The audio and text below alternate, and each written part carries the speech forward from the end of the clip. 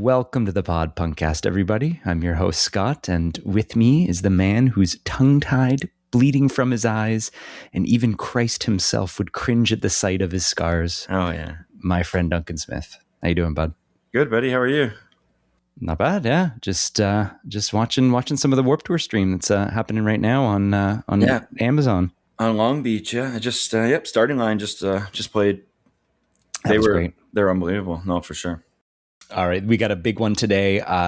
We're talking about the debut album by Chicago band. I think that's kind of where they reside from originally. Been to Chicago?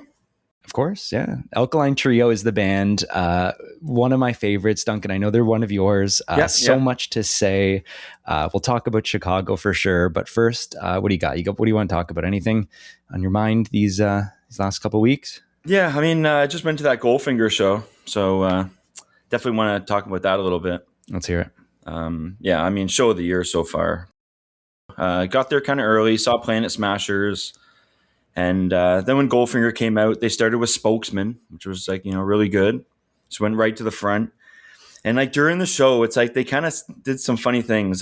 They thanked us for our money. They're remember we're always talking about all the money we're spending on these bands. It's thanks for spending your money and coming on out. There's That's nice. Yeah, if you think about it, people have given a lot of these bands, even though the band doesn't get much of that. Say, what was the ticket? $80? I paid $60. Okay. I'm imagining Goldfinger's getting $15 from that in the end. The band Goldfinger, John's personally getting, I don't know, $5 from you. I'd actually like to break it down, but that was a great show. But basically just a full mosh pit, and saw Banana Man in the mosh pit. Did you really? Gave him a nice, Banana Man. Yeah, okay, fine. It was just hilarious. It's I see him popping up everywhere now. That's just since that thing that we discussed. That's funny. I probably have seen him around Toronto at shows before, but he's still doing it. Good. Yeah. Don't let some hardcore band tell you what to wear at the shows going forward. But yeah, they had the whole Real Big Fish horn section, which was kind of cool. Yeah, well, they were on the Real Big Fish was on the Warped Tour Long Beach stream yesterday, and they mentioned that too. Hey, we got the Goldfinger horn section, and also another band, Ice Nine Kills or something. No way. Yeah. But yeah, and Mike was there too. He had the MXPX bass and everything. But it was lots of shutouts and everything. Goldfinger, you know what? If it wasn't $80. I've just given enough to Goldfinger back in the day. I'd like to see him again, but again, I want to see the first 3 albums worth of songs. Yeah, the tickets shot up, but then they went back down. It was by the time I went in, it was $40 or $50. But it's all good. You don't need to see them again. Exactly. But for Mabel, they had they basically were just who's here with their kids? They brought all the kids on stage. Pretty much anyone that's not just under a teenager. Running up on stage, and these kids actually knew a lot of the lyrics too. It was crazy. Wow. Okay. Yeah. Good for them. I mean, they've always done that, but now it's time for the little kids' turn. You can't have all these 50-year-olds jumping on stage. I didn't want to get up there at all. Yeah. But I think I kind of want to talk about that new Menzingers. You listen to that? But so new Menzinger's album, they're a band we'll do one day. They're kind of, they're very similar to Alkaline Trio in some ways. Well, we can get to it, but a new album came out last week, and I've been playing it a lot. Everything I Ever Saw, I think it's called. Basically, every time they have an album, I'm listening to it for a nice solid month or two, and then they don't have bad material. It's kind of blends in. I'll see them every once in a while. But them at Warped Tour, they were kind of off the radar to see. But now with this new album, it's they're kind of shot back up to the top to see. Oh, they were always high on my radar, bud. Yeah, no, that'll be a good set, good new album for that. Anything else before we got a long one here, so get through it here. No, I mean there's really not too much. The only thing I actually want to say is Sam Neill died, Jurassic Park, the guy at the Jurassic Park. Oh yeah, I heard that. Yeah, okay, yeah, I know you're a big Jurassic Park head, so. I was watching the first 3 Jurassic Parks. Was he in the latest? He was in one of the later ones, wasn't he? He was in 3, and then I think they kind of did some new ones where I think they kind of brought everyone back, but those are really bad. What else was he really good in, Duncan? Come on. Event Horizon. Oh, that's right. Yeah, he was. But you liked Jurassic Park 3 a lot. I mean, did you I? liked how they were talking to the raptors, like with that thing. No, I didn't. You definitely did. I remember you bought the DVD and you were pushing it. I mean, I liked it, but you were saying it's almost as good as 1, I think you said one time. Oh my God. How do you remember me fucking saying these things 30 years ago? Oh, yeah. We say something like that. I mean, you never forget something like that. Oh yeah, well, okay, but I don't know. I don't even know if I've seen it recently to even know if that's still is it still good. Oh, it was actually well. I kind of come in and out of thinking 2's better than 3, but like recently, I always thought 3 was better than 2. But actually, with this last watch, I think 2's better than 3. All right, we're talking it's music, no movies, and on top of that, we've got one of the top. Okay, big question here: is Alkaline Trio pop punk? Yes. Wow. Okay. Yes. So we're gonna debate that out. But this band is a punk band. They formed in 1996. We're gonna be talking about them for years to come. So we got to keep it very beginning, first album era. The band right now is Matt Skiba on vocals and guitar, Dan Adriano vocals and bass, and the drummer at the time for the album we're talking about, which is the album's called Goddamnit, Glenn Porter. Yes, was Glenn Porter. Duncan, tell me, when did you first hear the band Alkaline Trio? This album, Goddamnit, maybe any material by them. What's your history on Alkaline Trio? So Infirmary was out, From Here to Infirmary. So that's like 2001. Yeah, and that's like their third full length, not counting their B-sides album. Now, I mean, I definitely knew the Stupid Kid video when that came out. And I'm seeing that came out March 2002. So, like, I don't think I heard of Alkaline Trio till 2002. And it's probably the summer, maybe when that single came out. Okay. But I really remember, like, Private Eye was, like, the first single of that album. And, I mean, like, that New Year's, I guess, would have been 2000, going into 2003. We were always singing that Private Eye at Weber's show, the As Night Falls show. Okay. Like I remember that specific, and I remember that being like, you know, I'm like into them and kind of like, you know, like I knew of them, but I didn't really kind of dig into them a lot right away. So, I mean, I knew some singles, and then like I probably didn't know Goddamnit till after I got into From Here to Infirmary. Yeah, so I think I'm around about the same time too. Like it was From Here to Infirmary was out. I started seeing or hearing the singles, not on radio, was not a radio band. I remember specifically going to like a punknews.org or maybe it was absolutepunk.net or something like that.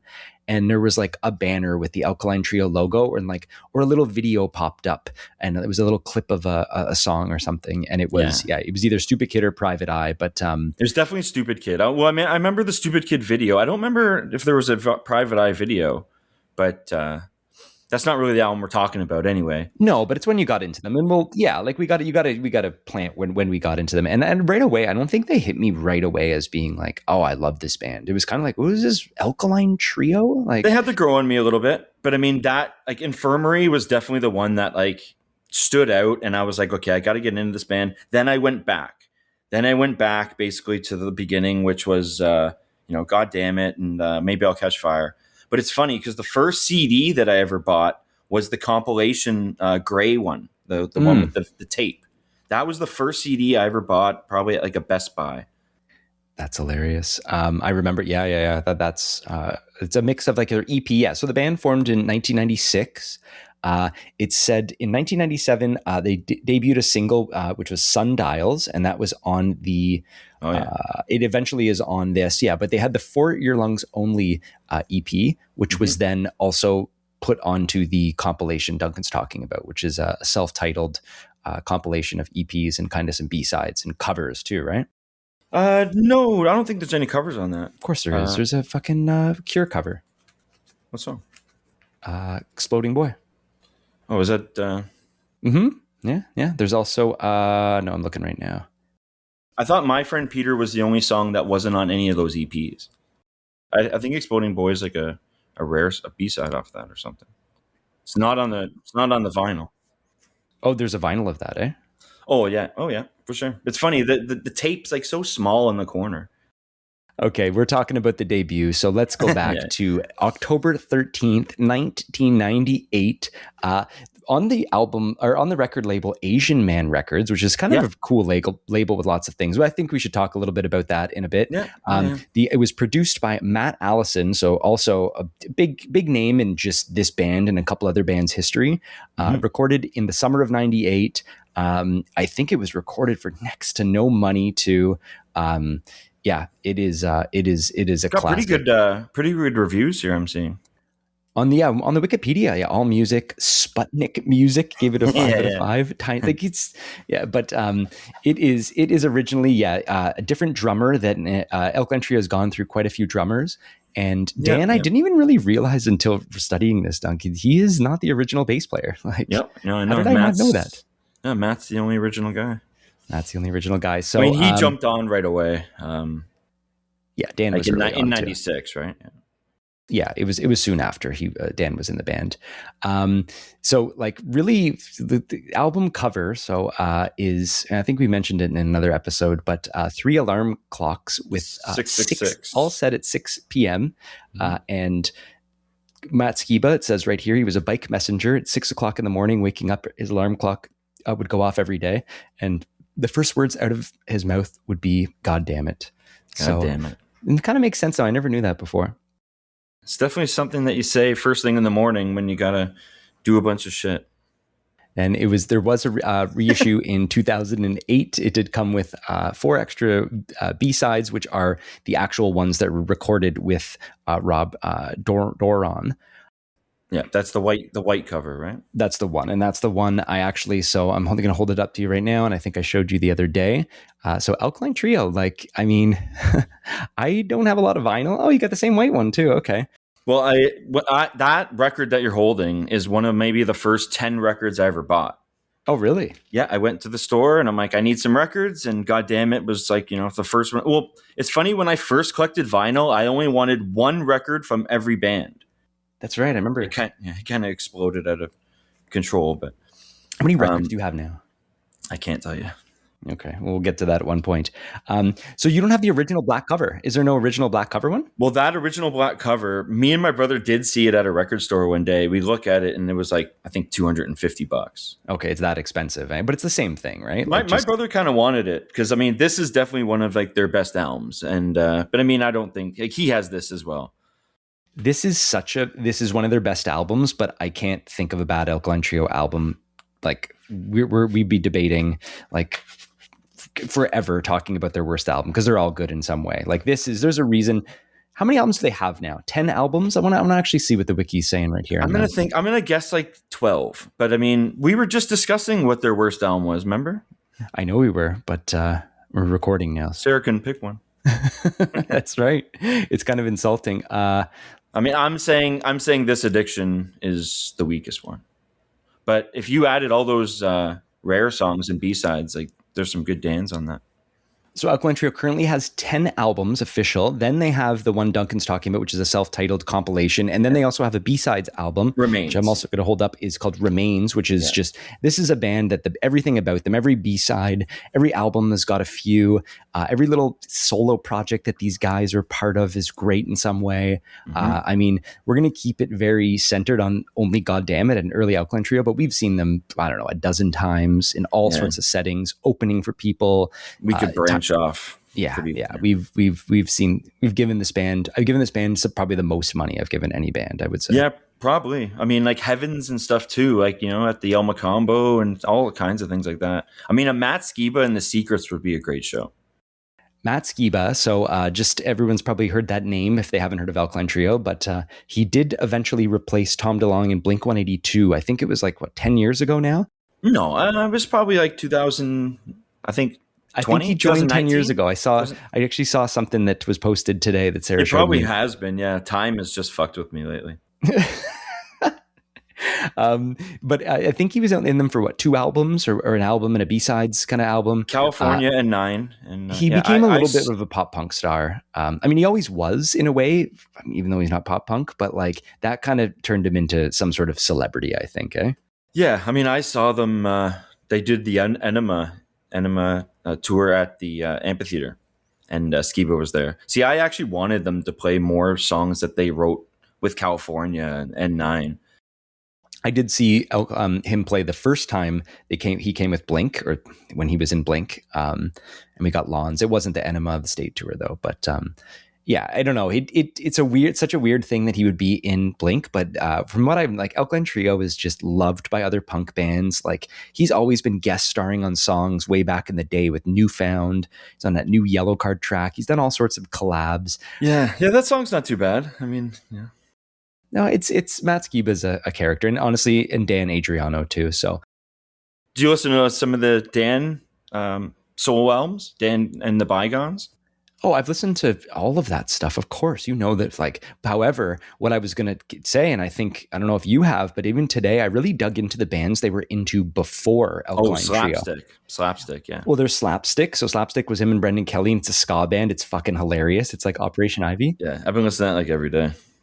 Did you? Okay, so then maybe because that's an Asian Man records. There's no other band like that other than maybe like I don't know. I mean, Suicide. It reminds me of Suicide Machines a lot. It's fast ska punk. It has a little Operation Ivy feel to it. It's like it's not happy. It's sloppy pop. Like ska punk. It's really like fast like and Brendan Kelly. I like it a lot too. But did you know that? And I'm gonna send you something right now, Dunk. Did you also know that Matt Skiba was in a couple other bands? One being the Traders. I've never heard of that. I never heard of that. I know. So look at this. I was doing research today. I want you to see this photo. He was playing drums for a band called Traders. So here's them at the Fireside Bowl in Chicago, 1996. Oh, wow. And look at his arm there. Look at that logo. That is the Operation Ivy logo. Ivy. Yeah. I did not know he had that, which is fucking sick. Well, he's covered now, so. Is it really? Well, he's covered in tats now. Oh, okay. I thought he covered it up. No. And you never cover something like that up. No. Oh, that's something else here. I did find another one. I just want to find it here too. But man, I was looking at some great Matt Skiba photos and stuff today. Also, here is this. So he was also in another band called Jerkwater. Did you know this band? Nope, never heard of them. Okay, look at this photo I sent you. So this is from 1994. It is Skiba on drums with Rob Doron on bass. And Glenn Porter took the photo here of this. So, yeah, he's the original bassist of Alky, right? Original bassist of Alky with Matt Skiba as playing drums in this other band. And it says right at the bottom there, band photo by Glenn Porter. So those guys were all friends in other bands in Chicago. What year is this? This is 1994. Okay, so 2 years before Dan. Yeah, in Chicago. And Dan was in a band called Tuesday, which I listened to today on Spotify, man. They're fucking sick, actually. Oh, nice. Check them out. Yeah, like different stuff. And like Dan's singing too. So like all these guys were in a bunch. And then Matt and Dan came together. It's almost like, I don't know, like it really is in punk rock to me, like a Paul McCartney and John Lennon. Like, is that going to offend anyone? I don't think so. But fucking like... No, I those like that, two though. Coming together. And now on this album that we're doing, there actually isn't enough Dan. That's kind of my only real critique of the album. I just feel like it could use a little bit more Dan songs, but the two that you get are just unbelievable. People that don't know Alkaline Trio, we've got they're a 3-piece band always, but they do have Dan and Matt basically both as songwriting, more 50-50 these days, but both singing as well, and two very distinct voices. For sure. Dan has and even the songs are really different too. The songs are so different, and it's almost like they're only getting better, and like you can hear how separate they are on some of the early stuff, like the songs, and then you can really hear them now, especially like I think by the Goddamnit era, or sorry, the Good Morning era or later, they've started like trading off vocals and songs. They're trading off a lot more now. Oh, now there's entire songs like that too that are just incredible. Sure. Before we get into, we're going to talk about go through the whole album, but can we just talk about the fucking font, Alkaline Trio, and what is this about? And this is also, if anyone cares, it's funny. That's the font for the podcast. The Pod Punkcast. So that's what I mean. We got to talk. What is this font? Like, is it do you know the name of it?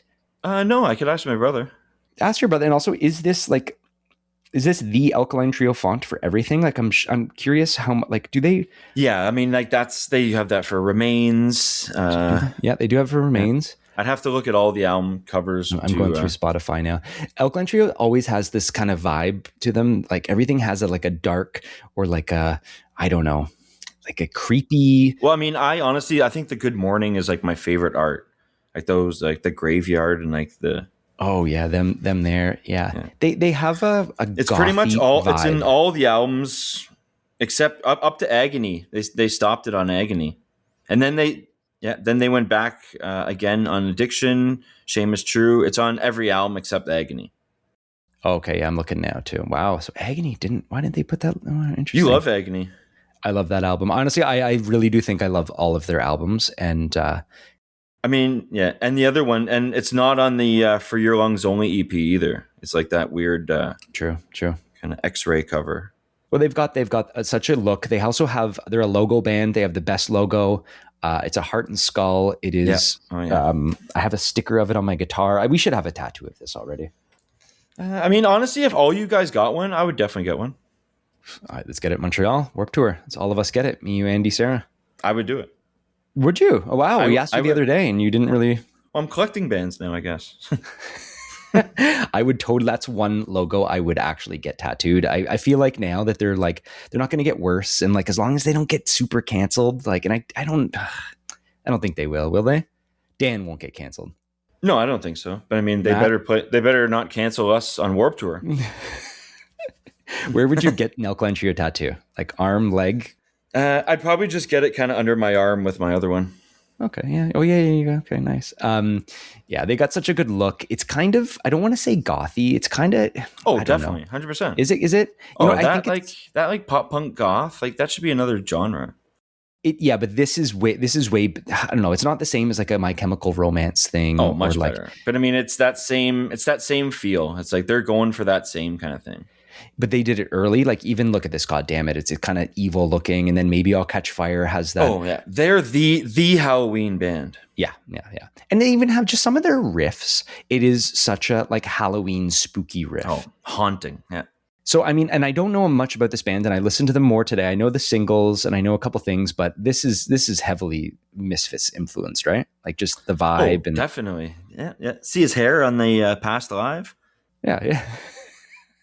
I actually was listening to a couple of Misfits today that I actually really liked. So I got to get into them a little bit more. And I feel like, we're kind of insulting people by not knowing them enough. When Halloween comes around, I usually play some more Misfits. Do you? Yeah, no, for sure.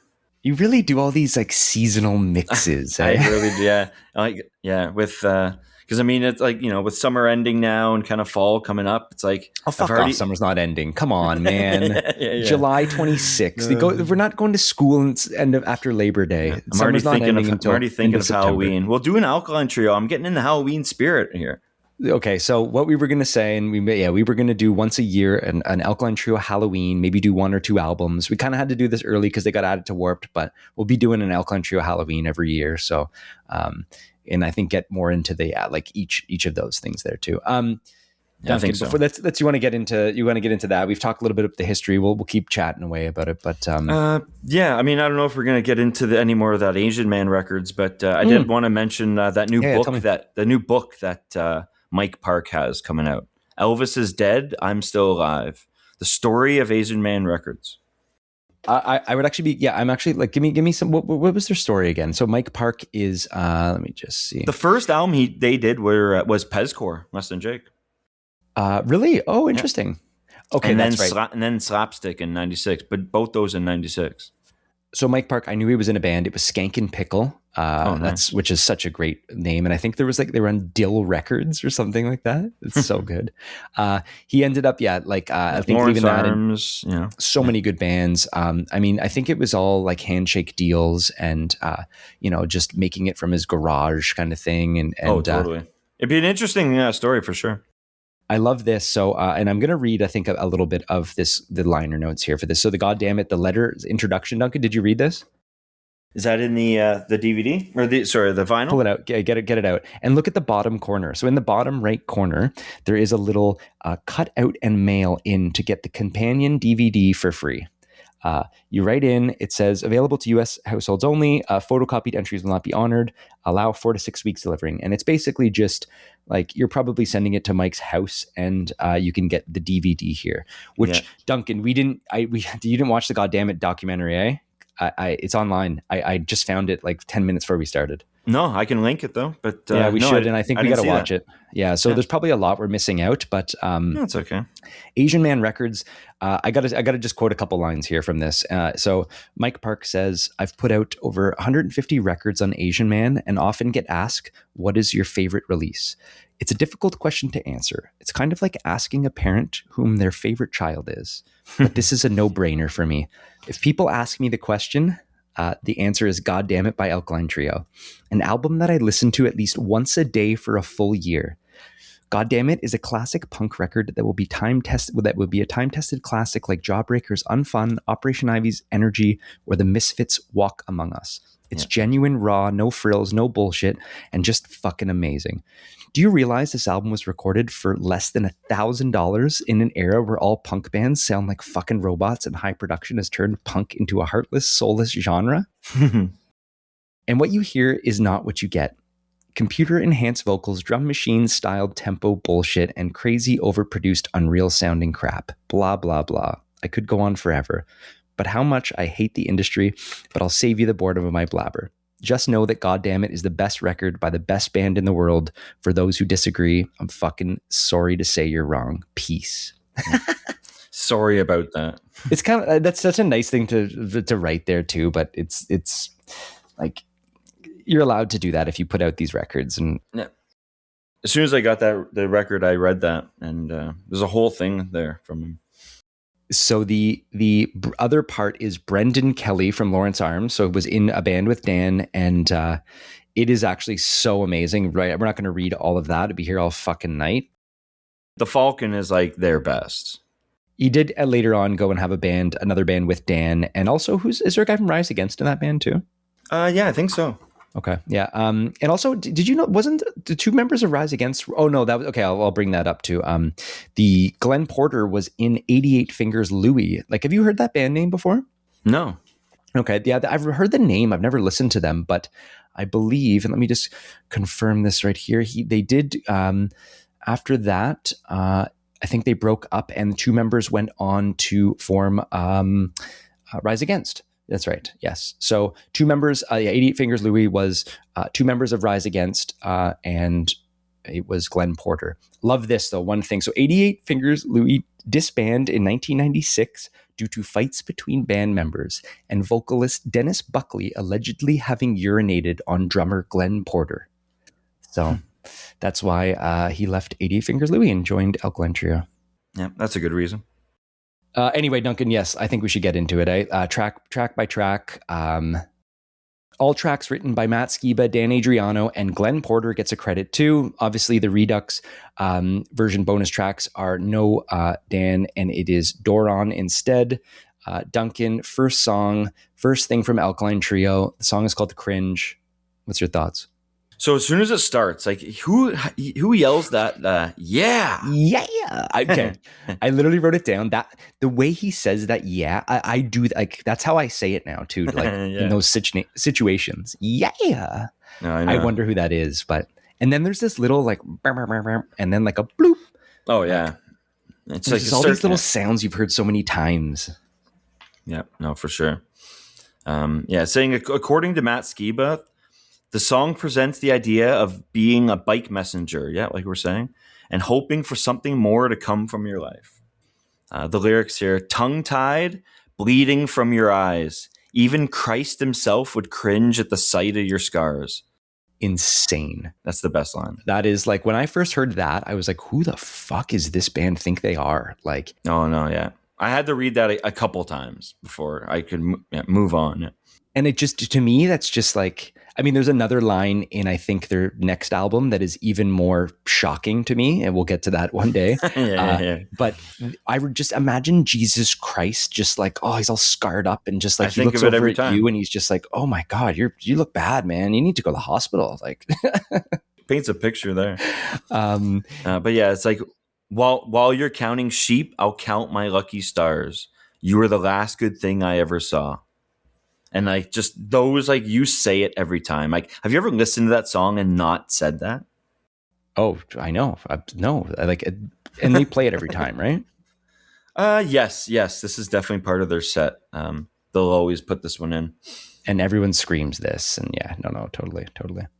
And then verse 2 is burned out on 2 hours of shut eye, eyes glazed at the thought of the next 8 hours. Like, we've all been there. Oh yeah. It's just a full shift. Yeah, it's some dark lyrics, some lot of lyrics about addiction and alcohol abuse and lots of metaphors and suicide. Yeah, there's a lot here. But Duncan, the drums, man, like that's what's so special, I think, about this first album. The hi-hat work is so good. I don't think every drummer who was in them after was so inspired by Glenn Porter as well. I don't know if he invented this style. I don't know if that was like something that he did, or it was just with these two boys, he was coming up with some amazing fills, such like legendary drums, right? Like, yeah, there's nothing really like it. Some of those fills are just like, memorable. Like a lot of things like I've never heard in a lot of different songs, just like, and like the timings and the stops, just one of a kind. There's a lot of intricate parts in Alkaline Trio songs as far as like different timings and different things, but the drums are just throughout it are keeping everything together in such a way that is so cohesive. And the fact that it was recorded for less than $1,000, I think there's so many people inspired by this drummer. And it's just like some of those parts, like they only come once, so it's like, you know what I mean, like. Yeah. We're going to talk forever about Dan at some point too. The bass, being only one guitar, the bass fills in so much, and Dan is just strumming it like a guitar, and just the little licks and stuff that he does there too are. Oh yeah, watching that Past live, like you can really see it, and he's shouting everything for backups. Like he's on every song. So Alkaline Trio, we may as well mention it now. So and I love this about them, and I wish more bands did this kind of stuff. So they haven't done it in a while, but basically they'll pick a city and do like 4 nights and do 2 albums a night going through all their albums. And I think they've done it like 4 or 5 times. I went to one in Boston, but there's one in Chicago, and Duncan came over the other day and we watched the Goddamnit one. And my goodness, seeing that front to back in Chicago, what was that, like 2015, I think it was from too. So like they were in their prime. Yeah, that was like a Blu-ray. It looked really good. Yeah, no, I didn't think that it actually looked that good and sounded that good. It really shows the range of Dan. It just shows like how tight of a band they are too. And at the time, right now, they're at the time of that was Derek Grant was the drummer, but Derek Grant was playing, he makes it look easy too. Like even this Glenn Porter stuff, like totally. But what a song, what a way to start the album. One of my favorite Alkaline Trio songs. Oh yeah, 100%. Yeah, and to know that we'll probably get this at Warped Tour is nice. Next song, Cop. So this one here, it starts with like this is a punk rock song too. Like it's distorted pick scrapes, like sirens going off. It's saying Cop is about a police officer Matt Skiba and Glenn Porter often came across during their days as bike messengers in Chicago. Glenn Porter described him as a real asshole. I was going to ask you, do you know the story behind this? Because I was curious. So that's great. Ran into him a few times. So it starts off, Matt Skiba, wonder what it was that made you this way. Maybe as a baby you dropped your rattle. Like, what an insult. It still rattles you to this day. You better practice your evil looks in the mirror. They don't work on me. Slowly coming up from the down low, the other cops still call you fatso. Like, fucking what an insult.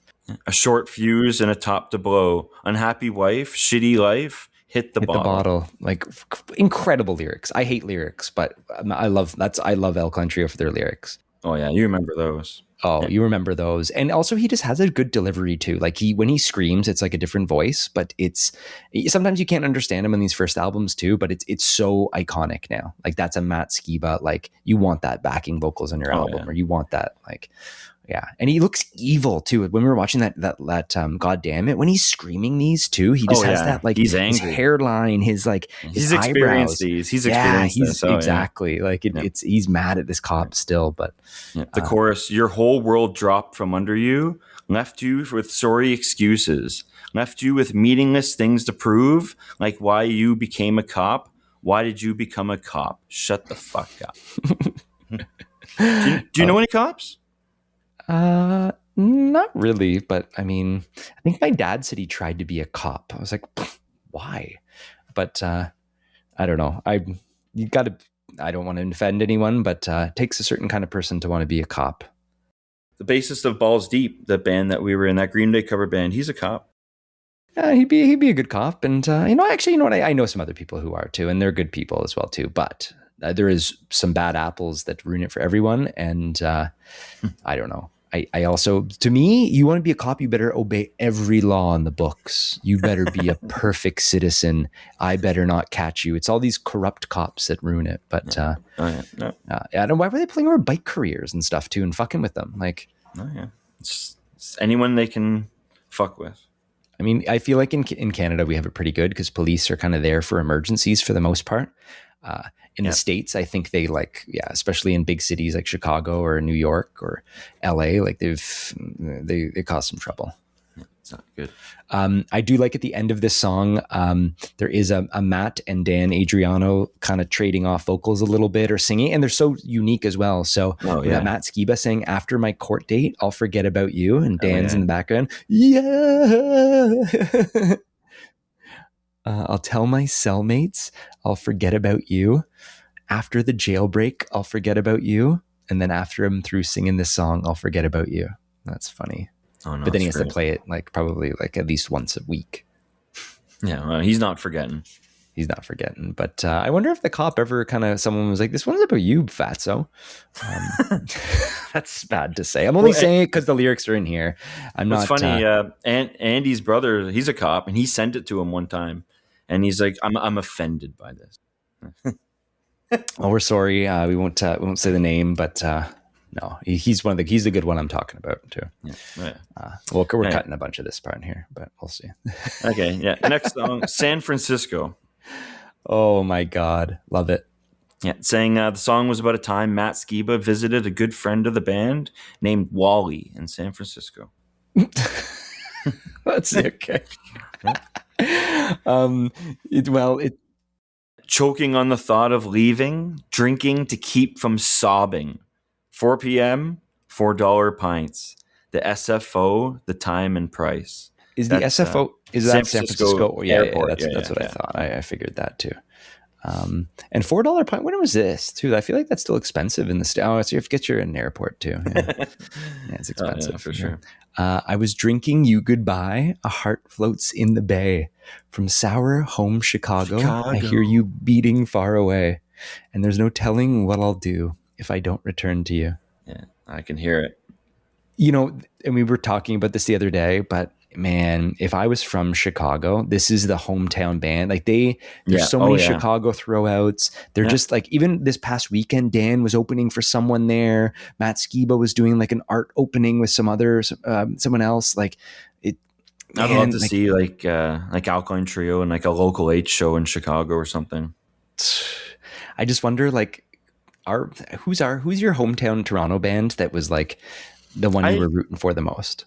Well, I mean, I don't know. Lately, it's been Pup, but I don't know. Pew Pew Pew, you're coming up behind them, but I don't know. It's like not too many like bands from Toronto that I mean, like Artist Life, I always loved. Okay, yeah. It's not punk, but Broken Social Scene were that band for me. I kind of fell off them a little bit, but man, they were like heart and soul Toronto so much. They would always play everywhere, free shows, all of this. I actually played a free show like 2 months ago. They were really good. Yeah. Would Burlington be Toronto? Yeah. Oh, I mean, GTA is Boys Night Out and like Full Blast and like Monine, bands like that. there was an era where, Southern Ontario, where we are, GTA even just had so many good punk bands all getting on all those labels too. We were lucky, I think, for a while there too. But yeah, no one stuck out like Alkaline Trio would for Chicago, for me personally. Oh no, definitely not. Like oh man, and Chicago and Toronto are so similar too. Yeah, you were mentioning Chicago, so yeah, you've been, Duncan? No, totally. Yep. We went to Chicago to see Eddie Vedder or Pearl Jam last year. Amazing at Wrigley. Yeah, amazing. Yeah. So did you stay in Wrigleyville? Yeah, we stayed close to the stadium. Yeah. But we had like front row, like on the balcony. Nice. Yeah. First time at Wrigley. So we, a few years ago, went to a game at Wrigleyville as well. I've been a couple times Chicago, but the last time we did that, and then also we saw Alkaline Trio at the Metro. They were playing the venue we saw them on that DVD. Did they play that song? The Metro, the cover? Metro? No, I don't think so. Actually, I'd have to check a set list, but no. But that's a great cover too. Yeah. Oh, that's right. It's not about the venue, the Metro. Oh, it's not? No. It's a cover of it's a cover too, right? It's a cover of.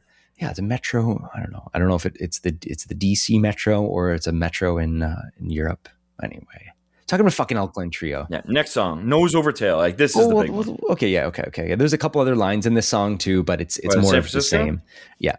It's just read them out. Choking on the thought of leaving, drinking to keep from heaving. 5 p.m. $5 pints, Hellbound Airlines, time and price. It's just the whole just changes it up a little bit more the next verse. And just the drinking and all that too. So many songs about just puking and fucking drinking every day and oh my goodness. Don't return to you. Yeah. And he's screaming it. It sounds so raw and great song. You know what, I've been playing a lot of just this album front to back just on tabs and guitar, and they're just so fun to play, especially that song there too. Did you learn, or I guess you know this whole album, but did you learn any, what song did you learn? Well, this is a band, the guitar is not too intricate for Alkaline Trio. You can just put on the guitar tabs and just play along. So it's just a lot. I just did the whole album. And there were some riffs that took a little bit longer, like Trouble Breathing, but this San Francisco riff is so easy to play. And it just, the hard part is going to actually be, I'm going to buy a bass and learn Dan's stuff, because I think that's a lot harder than what Matt's doing. Yeah, you were saying you were wanting to buy a bass. Inspiring, man. This Alkaline Trio band, they're when you have 3 members that can do this kind of stuff, it's what do you need? What do you need 6 people in your band for? He definitely would be my favorite bassist, one of them. All right, next song. Yeah, Nose Over Tail. This is a standout. It's a standout. It's saying that this is the first song Alkaline Trio ever wrote. Oh, cool. I didn't know that. Yeah. The demo of it on this is there's no credit for Dan, so this was written with Doron too. It's saying the first of a couple love songs on the record about a waitress Matt Skiba was infatuated with. He described himself as being totally head over heels for her. Okay, so this is a love song. A love song that starts with the lyrics, crack my head open on your kitchen floor to prove to you that I have brains. Meanwhile, Tin Man are led by little girls down golden roads that lead to nowhere. Yeah. Oh, yeah. Wizard of Oz. Imagine, I wrote you a song and this is what you get. Cracked my head open. What the fuck? Oh, yeah. Find time to fake a seizure to feel your mouth on mine. You're saving me. What movie is that from? Oh, I don't know. No, is it The Sandlot where he fakes drowning and then the girl's kissing him? Yeah. No, he's faking it. Squints. Okay, so I feel like this was written in 99. Oh, this is probably older. So when was Sandlot? 94? No, Sandlot's 93. Yeah. Okay, so maybe Yeah, maybe. I never put those together, but now that you say it, yeah. But yeah, there's the second verse. Yeah. Whatever happened to that silly dream you had? I want to make it real. I'd love to rub your back. Like a plane crash that never hits the ground. I fall in love with you. I'm nose over tail for you. Amazing. That's poetry. And then when he says I want to make it real, I'd love to rub your back. It's a big stop. Big stop. Everyone screams it. Rub someone's back around them. I think might get this at Warped Tour too. Sorry, what was that? And also, don't be looking at all these set lists and we may get that, may get this. You're not, right? Come on, man. No, I mean, this is definitely one of the songs that they kind of tend to sort of usually play. Maybe I'll save the story for another time, but me and Sarah and another friend did go to Alkaline Trio in Buffalo once, and I said no spoilers for setlist, and he just went out of his way to just, in every conversation we had, he was throwing in names of Alkaline Trio songs throughout the day before, and I'm just like, what does that mean? Oh, ugh. Funny guy. Oh yeah. What a track. Okay, song number 5. No, at the end though, it's saying at the end of Nose Over Tail, your voice like the sound of sirens to a house on fire. You're saving me. I always love that. Instrumental jams out. Yeah, they got some really good jam outs. I could listen to Alkaline Trio just jam out for hours. Oh, for sure. And I can't believe, I wonder really on the albums how many layers of guitars there are, but even the two of them, it just fills it on a live. And I think at one point they did have a second guitar player. I think the Crimson area we were talking about, but like they quickly went away with that. There's no downtime at all for that. Like that set, like that Goddamnit show. It was just at a 10 the whole time. I mean, this whole album, just all the way through, like it's only 34 minutes. It brings it down. Yeah, that's true. Yeah, we'll talk. Actually, no. There's in the next couple ones. This one's As You Were. This is one of the better ones. Oh, I mean, I honestly think it's all good. But stale as a 2-day half full beer, cigarette boats float around in here, a field in my gut lacking sunshine. Put down like a teenager's first drink, and then it has Dan in the background. Whoa, like this. Yeah. Oh yeah. I cough up compliments. Belting. I think you're better off walking away while you still can. Like, this is really good lyrics, right? Oh, for sure. Yeah. But then the pre-chorus. She was passing through to climb a hill as you slipped and slid on my gut spill. My better half was praying for you to fall. Unbelievable. That was always one of my favorites. Until recently, and I realized this, I was not. I'm just making up lyrics in my head about anything. Like, do you do that too, where you think it's something and you're just like, I'll just go with that? Sometimes, but I mean, not these. Like, these are too distinct. It's just like I can't be guessing at these.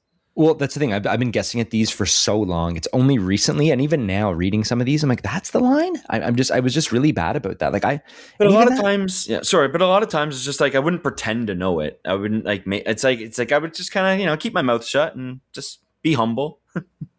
It's not even that. It's just like my brain just says, okay, that's the words and you don't need to know it. Yeah. And it's even like I told you, like I looked at the album. I didn't know that the Alkaline Trio cover was 3 clocks at 6. I just didn't even look at it closely. I feel like there's so many things in my life I just kind of like skim over. Yeah, I've seen that. And it's like, well, no, look closer, kid. In an autopilot, eh? Absolutely. But lyrics too, because this verse 2, rotten like a 3-week half full glass of breast milk drunken off my ass. I would give anything to erase the past 9 years of my life. Put down like a prostitute in court. All liberty soon to abort. Like my sanity, like thoughts of you. Oh yeah. That is fucking crazy. These are like dark, but also genius as well too. Oh, for sure. It's so genius.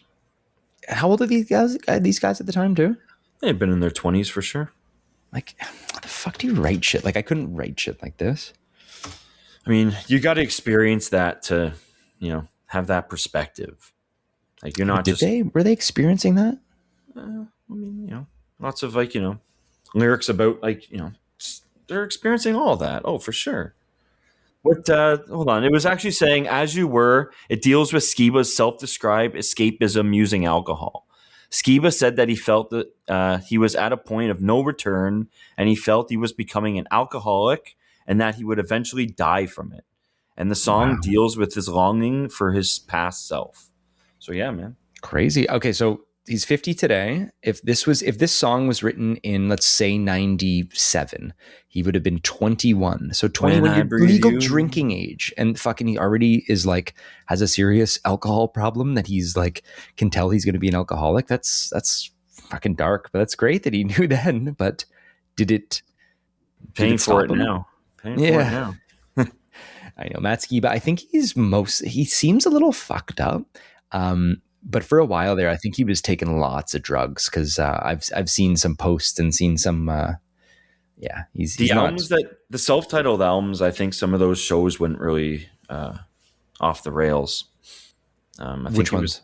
he was kind of. I think I heard he was like booed off stage for one of the ones with the secrets. Oh yes, I remember that he was just too fucked up to like sing. Well, I mean, everyone's due for one of those once in a while. Yeah, totally. But no, I did see that. I think just lyric wise too, man. But I mean, some of the best stuff though. Oh God, and you need that. You can't have happy Alkaline Trio about fucking rainbows. It's got to be my favorite albums. I think are the ones where you can tell he's the most heartbroken. Like Shame Is True. We were watching the other day too. Yeah, oh for sure. But yeah, enough of Matt. Let's get into some Dan here. Enjoy Your Day, the acoustic song. This album does have 2 acoustic songs, which kind of weird for just with how heavy and punk they are, but it works. They both end their own side of the record. Not this one, because I listened to it today. Oh, Clavicle ends the record. Yeah, yes, yeah. I did think that. Yes, you're true. Yes, you're right. But kind of still like slows it down a little bit near the end. No, you're right. But Dan has a acoustic song, which it's so just like, imagine hearing this for the first time and all of a sudden this other singer, you have an acoustic song in the album. It's so weird, but like, it's great. It's so, sure. He only got better later on with the songwriting. Like, this isn't his best, but it's still such a sweet song. Like, oh, I put this on every Valentine's Day mix. This is like an anti-Valentine's Day song, man. Well, I mean, yeah, but I mean, like, the mix is, at the end of the mix, like, you got to have a nice little fadeaway. That's just because it says Abby. Yeah, here, get some of the lyrics on this. No, this is So happy Valentine's Day. I hope the sun's out in New York.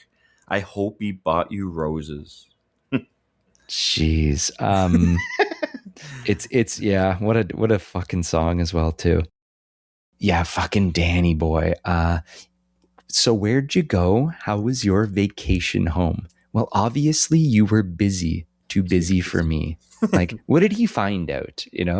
Like, well, obviously you were busy. He also like has like a very distinct, I don't know, vocal delivery. Like, it doesn't, I don't know, his voice. I don't think his voice, you could ever replicate that. I can't even think of anyone who sounds like that. No, I don't even try singing like that. No.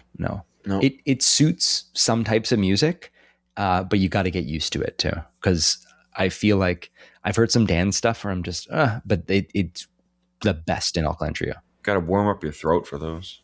Oh, totally.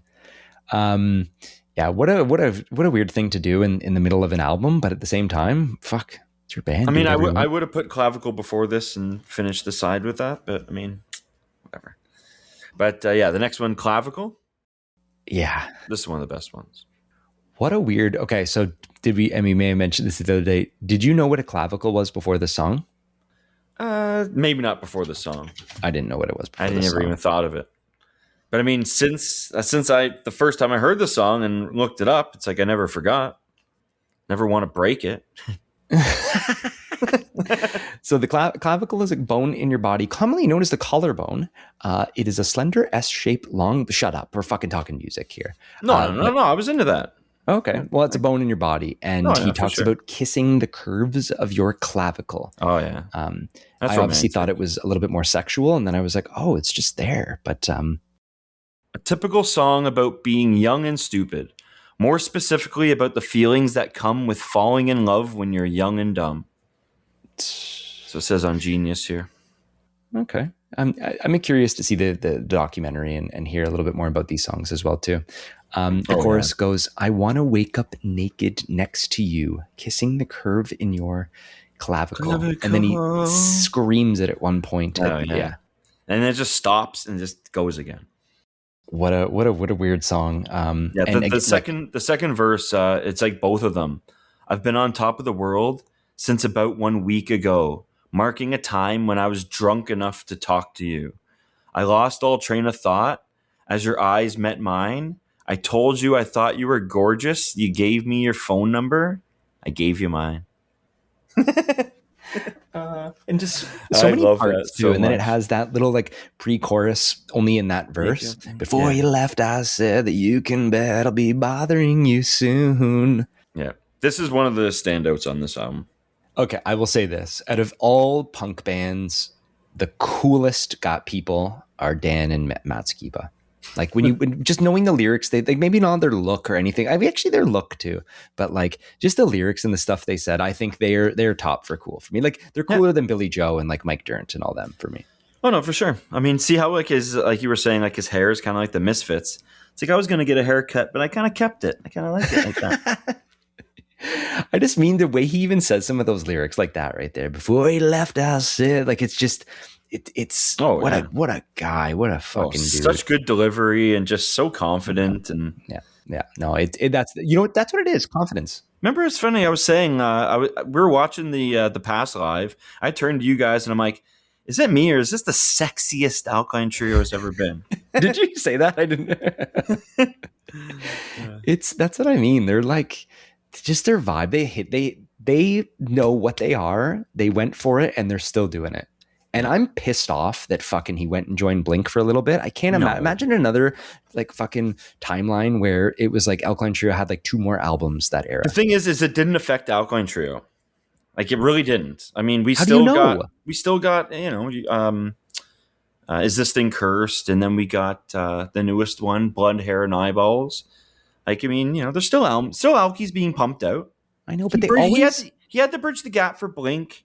And, trust me, fucking get a random something's gonna happen where they'll help out at Alky down the road. well, Travis played drums on the newest album. I don't want that. I don't want that. Yeah, I know you don't like that. Like that's and it's not like I don't like Travis. I just think it's going to be then the Travis show. Like I want like doing a little Porter. Bit. Yeah. But maybe not. Maybe he takes a page out of Derek Grant's book. Maybe you're right though. They are like just the coolest, sexiest band. I mean, Matt Skiba is a little bit of a heartthrob, I think, to some of the ladies.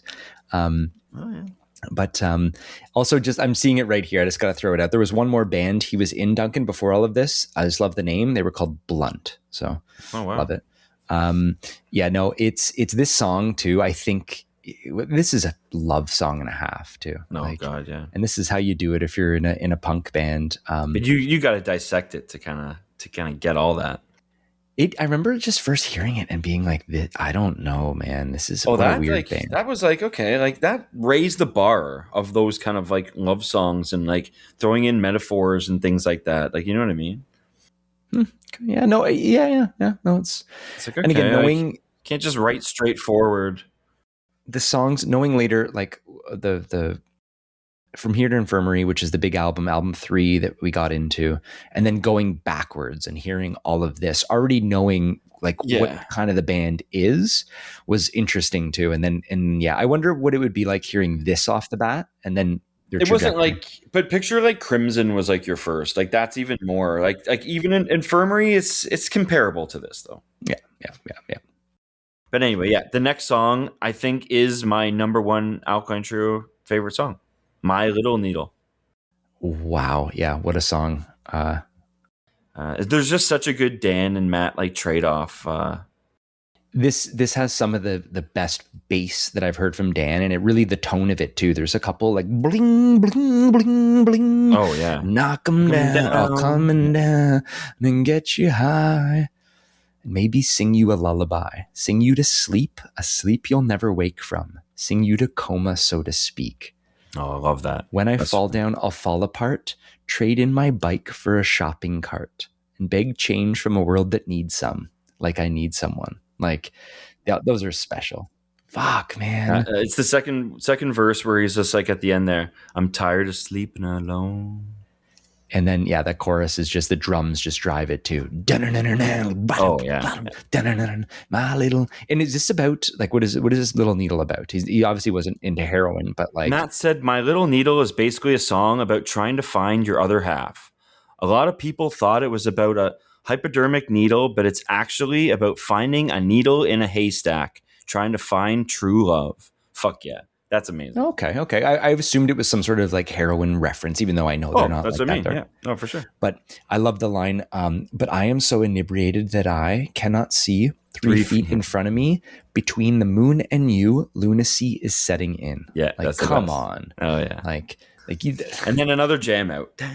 Yeah, he must have had that in his pocket for years, and he's 21, and he's throwing this on a record. Come on, this an album. You look up at the sky, you look at the moon, you look at the stars. We'll get to that in a bit, but wow. Okay, I didn't realize. Okay, good. It's another needle in a haystack. It is. Honestly, I wrote down one of my best of theirs too. Like, it really early is, Alkaline Trio. 100%. Like, it's just this. It embodies everything that I love about Alkaline Trio. That song.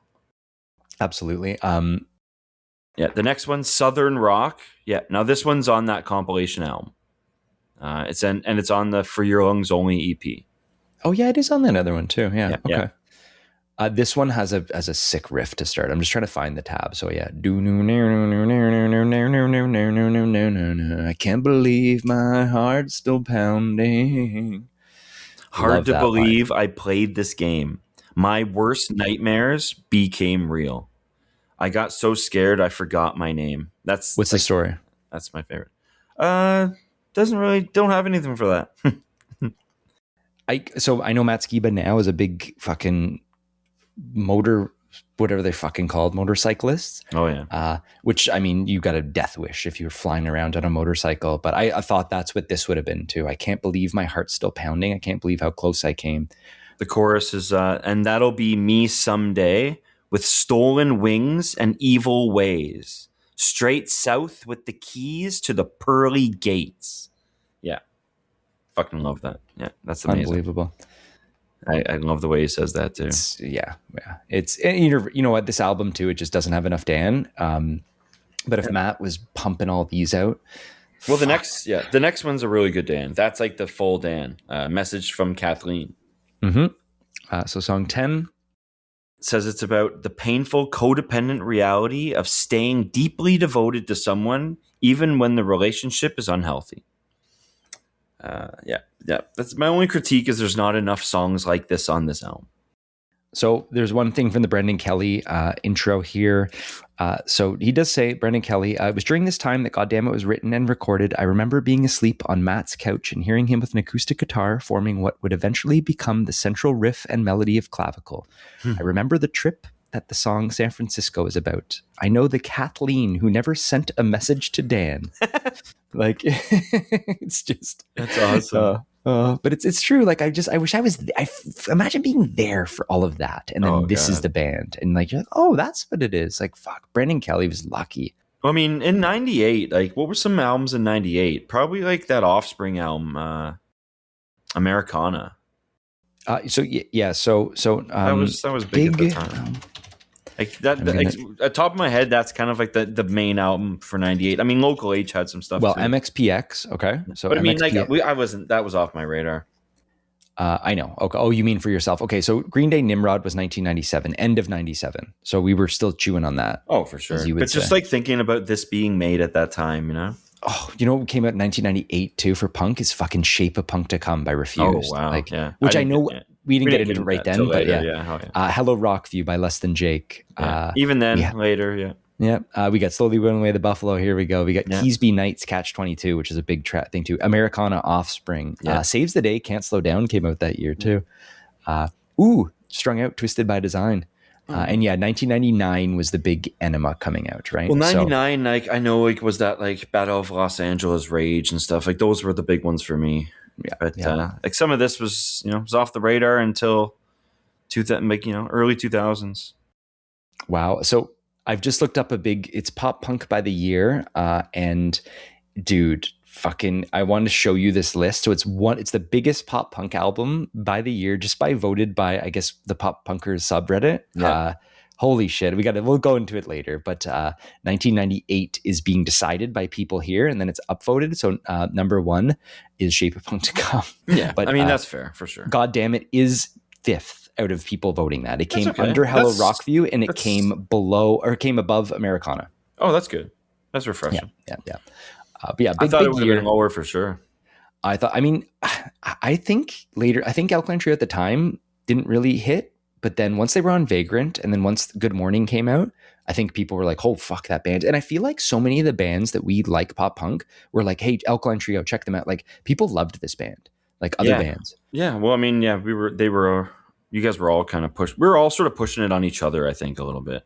Yeah, so some of our friends got into it way before this too, and we're like, yeah, no, I know. Anyway, back to Message from Kathleen.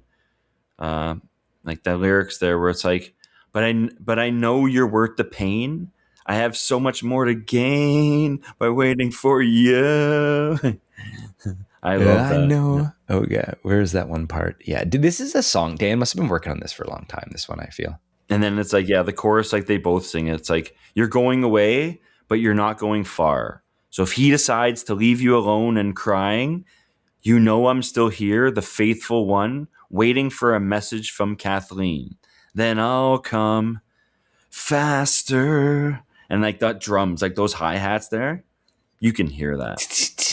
Oh God, this is what I'm telling you. I'm talking about drums and lyrics a lot, which are the two things I listen to least on music. And knowing that like everything else is just you wait as good, for that. but you wait for exactly, that. Exactly. It's so iconic, and it's so it just stands out. Yeah. Then I ever thought that I could run, because I need more than I ever thought that I could need someone. And then Skiba's like yelling, someone. I love though, and he just stands back. Whoa! Oh yeah, he's got a big mouth too. He just like. Remember I was saying he had like an egghead. Yeah, we're looking at him up close on Blu-ray DVD, trying to find some flaws in the boy. Like, just say. Everyone looks fucking ridiculous, I'm sure, if you have that many cameras on you. It's actually the funniest thing. So the next song, Trouble Breathing. So remember when he starts the song, first verse, you told me that you want to die. I said I've been there myself more than a few times. And he puts his hand up. Oh. So yeah, song 11, I would say, okay, this is also one of my most favorite Alkaline Trio songs. Yeah. It is everything about it. The riff to start off it's a little difficult, but it is a song about suicide. But it's the way I don't know. Like, so I guess the I can tell you're having trouble breathing is the big pre-chorus. What a way to say something about someone who's having like mental health issues, trouble breathing. Like it's just, but yeah, the first line goes, you told me that you want to die. I said I've been there myself more than a few times. That's so dark. Yeah. And he lifts his hand at the show and he's like, that's me. Yeah. Yeah. It's like, I go back every once in a while. You called me lucky. You said tonight is a wonderful night to die. I asked, how could you tell? You told me to look up at the sky. Look at all those stars. Look how goddamn ugly the stars are. That's one of the best lines they have. As shitty, sure. Bad of a line that is, but like someone who is like seriously suffering, like look at all those stars. Look at how goddamn ugly the stars are. I think that when I go to a cottage and look at the stars, I was just saying, I think of that line, even though the stars are beautiful. I was just at the cottage and like I was just thinking about that. Yeah. It's 100%. And then the chorus, the pre-chorus is it's one or another between a rope and a bottle. Like, wow, I can tell you're having trouble breathing. Fuck. It's like you told me the daylight burns you and that the sunrise was enough to kill you. I said, maybe you're a vampire. You said it's quite possible. I feel truly dead inside. Like, and it gets really fast again. That verse too, that is one of the best Alkaline Trio parts they have in anything. And there's 50 of those. There's still so many. It's like I want to get album is caked in it. That's it. I want to get like all that. Put that as a part. Let's get a big blackboard and like everyone debate it. Sari, what do you think about this? Rank them all. But this is only on one album, for Christ's sake. I know that's so fucked. Like it's short album too. Not even to mention this line. One of the best. Don't forget to let your life rot you inside out. Yeah. What is that about? Pardon me? I always thought it was light. By the way. No, your life. I know. Well, let's check. There's genius right here. Oh, come on. You know that one at 40 years old. I don't, man. Your light rot you inside out. I thought it was light. No, but I thought it was like the vampire thing. I thought it was kind of, okay, that's all right, actually. Like maybe it is. Trust me. Yeah, talking about vampires. It's trusting that. The whole maybe you're a vampire. It's quite possible. I feel truly dead. The way he says it. It's the way he says it. And it's the way he says it too. And it's exactly like on that DVD like we're talking about. Exactly. But I feel like that's a line. If you had, I know there's probably so many people. Yeah. It's quite funny. Yeah. I've never been a vampire for Halloween. Who cares? What the fuck? Oh my god! You're still dressing up for Halloween anyway. Like, I have a couple what masks. I was. I've got a couple of masks that I'll toss on, but don't you have like a fucking Green Day mask, a Tré Cool mask? Tré Cool mask. I got a Billy the Puppet mask, like the Saw, and then what's my other mask? Oh yeah, my wrestling mask, my Penguins wrestling, my Mexican Penguins. I've seen you in that. Yeah. When have you seen me in that? You were jumping around at your house one time with that, trying to scare everyone. I wasn't. For the record, I never did that. I've seen you in that Penguins. I think me and Nick did a photo shoot where I think he had a wrestling mask too, and he chucked it on. So we were getting a little silly in the. Imagine a Matt Skiba mask. Yeah. Oh, for sure. An Alkaline. I mean, there was a Jays one there. I should have bought it. Matt Skiba or Alkaline Trio. This is one of the bands. Such interesting merch. Like I'll buy it. I'll do anything. Like just the logos, the fucking like. Oh yeah. Like a Warped Tour, wherever. Next time I see them, I got $100. What can I buy? Like, give me whatever you got. Tote bag, no problem. Like I've got shoes. I have Alkaline Trio Nike shoes. Like you have those too, right? I had the laces. Remember the shoelaces? The laces. Yeah, that's what I mean. They're like rancid. You got that from Blood Pact, right? I don't know. Oh yeah. So those laces were definitely from Blood Pact. The laces, but I remember the shoes, the Nike. I ended up buying 2 pairs, but they have like vegan leather. I never had those. Oh, no, I didn't get those. I had a hat, but we're getting a little ahead of ourselves here. We are, yeah. Let's finish the album, and then we'll talk all the fucking fanboy stuff. Remember the end of this song, "Trouble Breathing." It has that like funny timing where it's like you got to count it. Yeah. So that is, I think, one of the best parts of the album as well too. That little accounting. So there's just an instrumental. It's kind of like the end, and then yeah.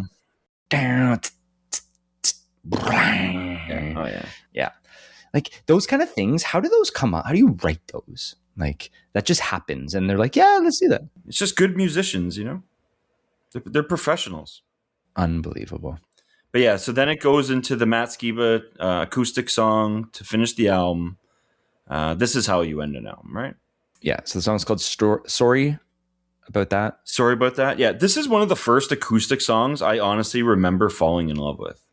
Like, you know how like we loved like Dashboard at this time? Like, yeah. This was like, okay, someone else can sing these, you know? Yeah. But this is so different than a Dashboard. It's so much totally better than a Dashboard. I mean, it is. You're right. Like it's a punk's like not okay. I don't want to prescribe. No, you're right. No, you're right. Like it is. It's a different kind of acoustic punk, if Dashboard is even punk. But it is so special, and it's like knowing that this band on their first album, they're like, we both can do these kind of songs too, guys. Like, and the lyrics to this one, they're also just so like, I don't know, heart on your sleeve, and just. It says here, the song explores the deep regret, guilt, and lingering affection of a failed relationship. Frontman Matt Skiba sings about using alcohol to cope with pain, but ultimately reflects on how his own selfishness kept him from fully acknowledging his partner's broken heart. Matty boy. I'd like to see some of these girls, who they were, who they are. Is he still friends with them? What's their story? You want to read some of these lyrics here? I mean, honestly, I've read so many lyrics. Like Leo's going to be so pissed. Like it's just like, and again, we're not reading lyrics anymore. Like for a little bit, but when we do Alkaline Trio, we're going to be reading some lyrics. So yeah, we passed out in each other's arms, both admitting we'd never felt better, never felt so warm, but awoke in each other's eyes without wearing a stitch of clothing.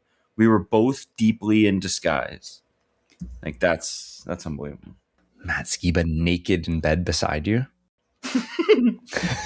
Kissing your clavicle. And then he goes and grabs your acoustic guitar and just starts. It's like, fuck, man. Yeah. And maybe I just set aside the fact that you were brokenhearted in his own special, selfish way. It's just that show that we watched, and they have played this front to back, but it's, you know, that this is coming, and it just adds a quick. I wanted to actually ask, how was this one at the show? I mean, I don't remember the show at all, but yeah, so they did do this front to back. Duncan, unfortunately, was on vacation. It was one of the big. Let's finish the album before we get into that. But yeah, okay. And missed Goddamnit front to back. Well, I don't know if do you want to get into any of those B-sides on the re-release? You know what? Yeah, what's your thoughts on them? Because Week I don't know too much. It is one of their weakest songs, but I mean that's on the 4 songs from Winter EP as well. That's like it's really raw. But we don't need to go into all these. Like Nose Over Tail, we already talked about. But 97, 97, one of their best songs. I think we should talk. Yeah, we got to talk about 97 because I don't think we're going to do that. Yes, we are. Compilation to me, that compilation album counts. That counts as an album to me. With Alkaline, big bands, that it counts. Same with Remains. We got to do one day too. I feel like for sure a B-side album of a caliber of this band. Yeah, 97 is one of their best songs. This is a demo on this one, but what a gem. I would say in my top 10 favorite Alkaline Trio songs as well. Yeah, it's definitely there. It's saying rumor has it that the song is about being placed on probation for drug offense and not being able to do any substances for 18 months until 1997. Matt? For 18 months. What does it say? I had it all. When I was with you, I forgot about everything. 18 months. 18 months seems like fucking eternity. That's cool. I thought it was about like a relationship or something like that he just wanted to get out of. That's cool. It's saying, but you'll be there to dry my eyes when I breathe you in 97. Is he talking about dope or is he talking about fucking something else? Well, it's actually saying that it was about weed. Yeah. They've had some weed lines in a couple of their later albums too, but I feel like they were digging into the harder stuff. Yeah. Although, I mean, maybe not so much Dan or Matt. Oh yeah, definitely. Well, Dan, I mean, he's a family man, and also like I don't know. I think I'm sure he parties a little bit, but like he doesn't seem as kind of like wacky as Matt Skiba. Seems a little depressed for sure, but I mean, who isn't? But yeah, like that first line, I got it now, a thorn in my side, the size of a Cadillac. Drive it through, because backing out now would be next to impossible. That's perfect. It is one of my favorite Alkaline Trio songs. The demo, like these demos, I hadn't really heard them too much. Like they're not on the vinyl either too. They're just on no, they're not. It ends with sorry about that. Yeah.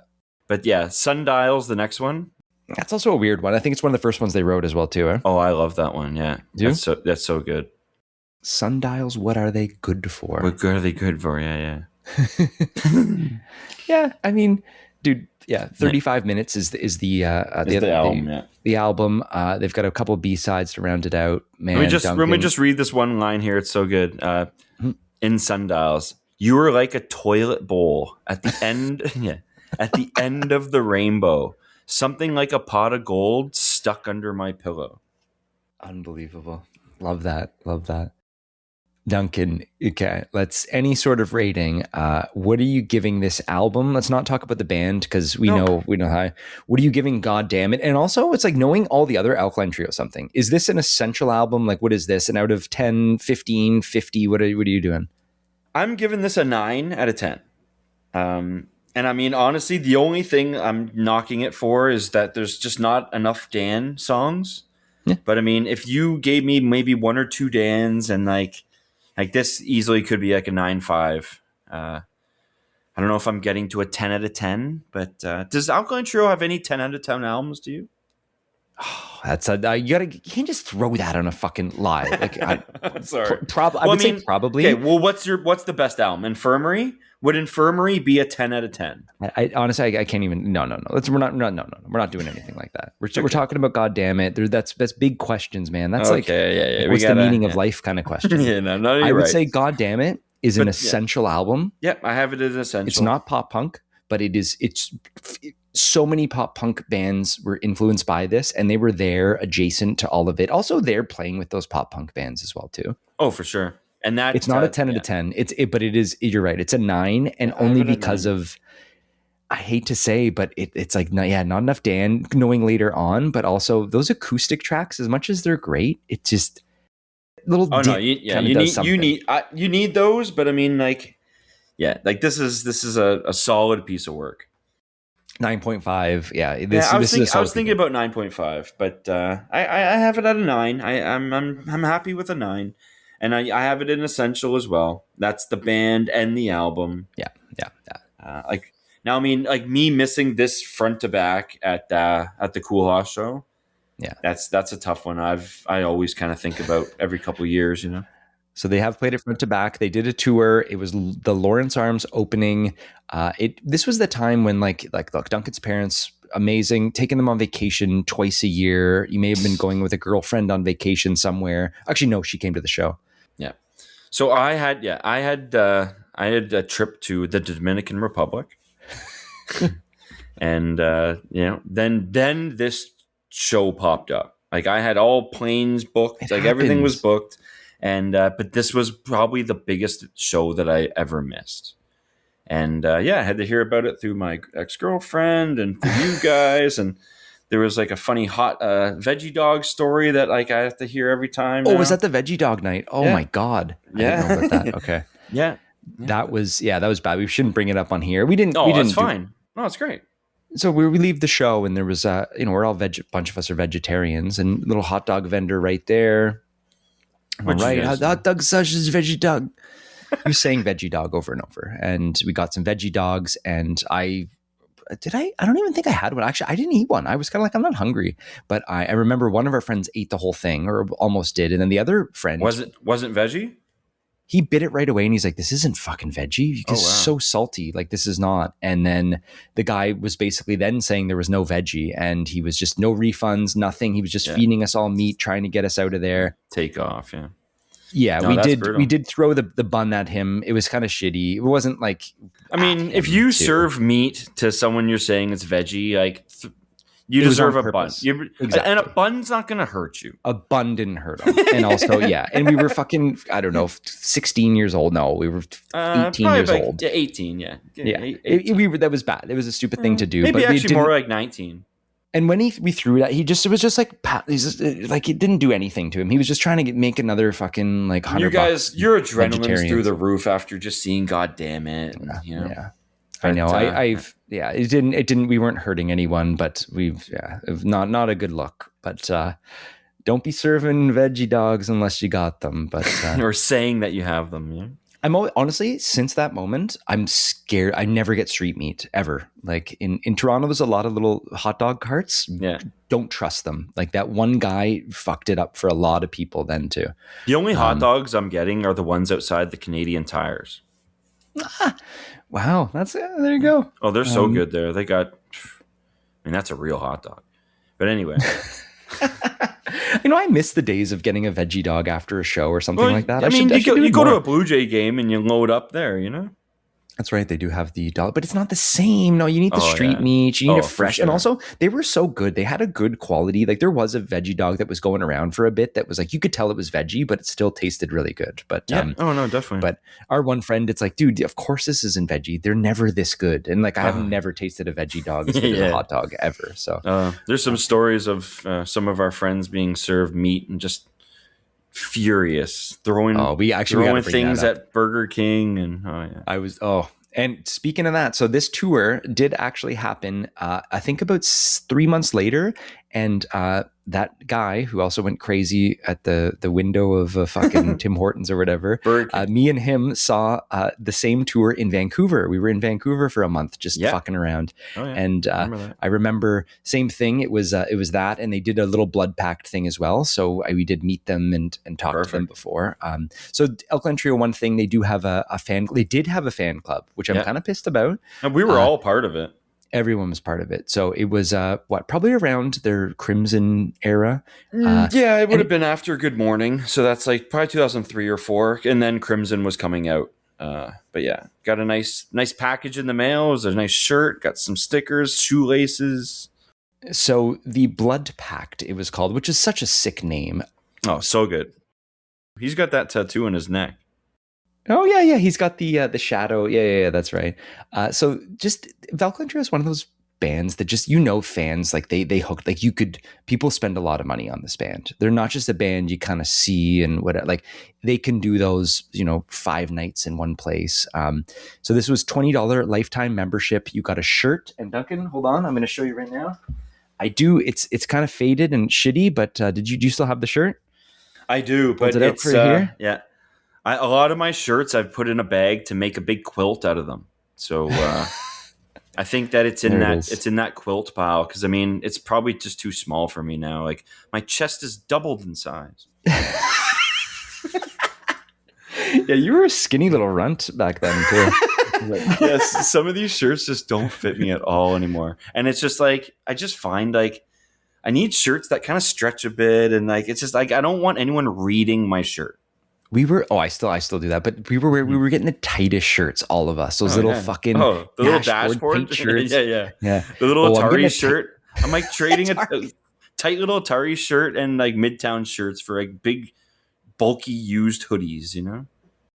Also, I remember you got a tote bag, you got the shirt, you got a little card, which was like a little a little Visa. Best thing about, and I know I still have it somewhere, but it's all faded and everything. But the thing was at the time where if they play in your city, they will allow you to come to sound check and do the whole sound check and whatever with them. They stopped doing that because I think there was too many people signed up. But I did do that the one time. We'll talk about it at the time the Crimson era. But I did the one time join that. I'm almost wondering, did that show must go off come maybe from in the mail there? Because I remember I got that DVD. I didn't have that DVD till I probably bought it maybe in like 10 years ago in like an old record store. I saw it for like really cheap and I snagged it. But I never had that. The show must go off. Yeah, I have that somewhere. It's a Halloween. It's a Halloween one. Yeah. And they play so much Goddamnit on there. Oh fuck! We should watch that again. I feel like you should just come over every so often. Let's watch some Alkaline Trio because Sarah was even saying like let's just watch more Alkaline Trio right now. I'm like, it's must see TV. Like watching this Warped Tour was unbelievable. Oh, we're still watching it, Duncan. We're trying to wrap up by 11 p.m. Here, so we're going to watch Third Eye Blind and Papa Roach is playing later. That is so exciting for me. Starting line, Third Eye Blind and Papa Roach on one bill. Not even to mention MXPX and like. Oh, I know. And a couple other Motion bands City soundtrack too. I know we just missed them for that, but like that's all right. Can't watch it all. Whatever. We got them at ours. No, we don't. No, Motion City's not at ours. No. I'm starting to mix up some of these bands that are on ours that are on this, and it's like I'm gonna have to look a week before to remind myself who the hell we're seeing. As long as Alkaline Trio plays, and let's talk about this. Alkaline Trio. I would rather them like a small stage headlining at the end and doing like a nice hour and 15 set than kind of midday. But I feel like they could be like a 7 p.m. band before like another big band. Yeah, I mean, it's hard to say. Yeah, it's hard to say. How much would you give them to see Goddamnit again? But just in general, if they were to come, like, what's your max you're paying for them? I mean, I wrote $300 down here, but you pay. I mean, I'd pay whatever it costs. Like, and it wouldn't cost that. No, definitely not. But I mean, it's just it's kind of it's a funny hypothetical. Yeah. But it's just like if I was going alone, it's like maybe that number kind of does come down to earth. But it's like if all of us are going and like it's like there's really not a price that I wouldn't pay because like there's a bunch of Alkaline Trio shows that sort of got canceled on us. Remember they were supposed to come with like Bad Religion and like. Yeah, I think we got to save the talks about the shows. However, we have seen them at least a dozen times opening for Coheed, co-headlining tours.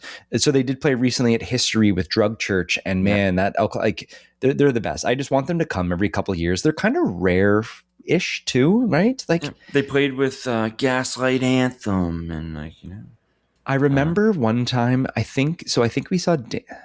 We talked to someone, why don't you come to Canada enough? And maybe it was me at one of the Blood Pact things that I saw. And he said, Dan pushed over a porta potty as a kid or like as a teen. And like every time he crosses the Canadian border, there's trouble. Like he has a charge or something like that. Brutal. And, but maybe it's more Matt's thing too. But also once you get to big shows, all that doesn't matter. You could be a criminal and come to Canada. It's just, you just have to like fill out all the paperwork and pay your dues. Yeah. Well, I mean, I did see them in the States in 2013. It was a bit of a road trip that we did. That's right. It was in Rochester, yeah. It was for like the My Shame Is True tour. But like I'm looking here, it's like they played like Cooking Wine and like All in Black. I love that one. Oh, really? Oh my God. But that Echo Beach, the Echo Beach was great. And even like the last one at History we just saw was great with like Drug Church. I did that same tour. Me and Sarah did see them in Vegas, and it was incredible at this Brooklyn Bowl venue. And it just, I'll see them every time they come, no matter what. I feel like they're the band we got to stick with. I feel like, yeah, I got to get a tattoo at some point, little logo or something. It'd actually be cool to get like little matching ones. Actually, all of us, you know. Yeah, okay, maybe, yeah. Well, yeah, but I mean, the other time, like the first time we saw them would have been that Warped Tour 2002. Like that's when I kind of was at the drive-through stage, and like I came over and I guess I caught like the end of them. That's right. That was I was either the first time I saw them as well, or we did see them at the Government with My Chemical Romance. That's opening. 2003 though. Okay. Yeah. And that was for the Good Morning tour. Yeah, with let's save that story because that was crazy. Not getting into that one. But I do remember, so there was a Warped Tour, and it was also, the drive-through stage. There was also Newfound Glory was playing on a different stage. Tons of and bands. That was the album that came out with Matt Skiba doing, he's on that Dan, Newfound Glory song. They're both on that one. Oh, are they really? Yeah. Oh, cool. I remember Matt Skiba walking out though, and I was like, is he going to come out for this? And then just at the end, just there he is. So. That was a Warped Tour that just was nonstop. Yeah. No, for sure. Man, I have nothing but good things to say about these guys. I just wish he never joined Blink. I wish I was from Chicago. Like I just want to know everything about them and just like hang out with them. We can save some of those live stories because we've got a lot of Alkaline Trio episodes coming up. But yeah, this will be my 12th time seeing them, I think it's saying. Oh, wow. Oh, you're keeping numbers at all this too. Well, I kind of wrote down all the times that I saw them. So like, this will be 12 coming up. Fuck, I should get a big spreadsheet going with everything I've seen because I got my ticket stub book, but like there's no stubs anymore. And I feel like... Yeah, I mean, it's like you kind of think about all these years, all the albums and kind of when you saw it and like who you saw it with and like, it's like you kind of have to zero in on some of this sometimes, but yeah, we got through all the ratings and everything. You got all and I want a couple things, and we'll get to some articles just to kind of close the era of the first Alkaline Trio. So why did this Glenn Porter leave the band? A lot of like he was only on the first album, and he was so inspirational to later Alkaline Trio. So here is the rumors are, and there's been a couple of interviews. So Matt says Glenn was a dick all the time. He would graffiti the walls of houses they were crashing in. The whole thing about sending shit in a box was the last straw. And I was like, what the fuck? Shit in a box. So Glenn Porter's girlfriend cheated on him with one of the dudes from Jets to Brazil. Oh, wow. So actually, someone says left him for Blake from Jawbreaker, which is one of the main Jawbreaker dudes. And Glenn took a shit in a box and sent it to them. Oh, wow. So apparently there's multiple people, backing this up too. So that kind of Matt was just like, dude, you can't be like Jawbreaker. You're going to get us in a lot of fucking trouble. They were on top of the world then too. Jeez. What do you got for Alky? But like how they got their name, Alkaline Trio. It's saying, according to Matt Skiba in an interview with Revolt in Style, there was 3 of us and we knew we wanted to be something trio. So we opened up the dictionary, didn't get very far in the A's, and Alkaline Trio had a good ring to it.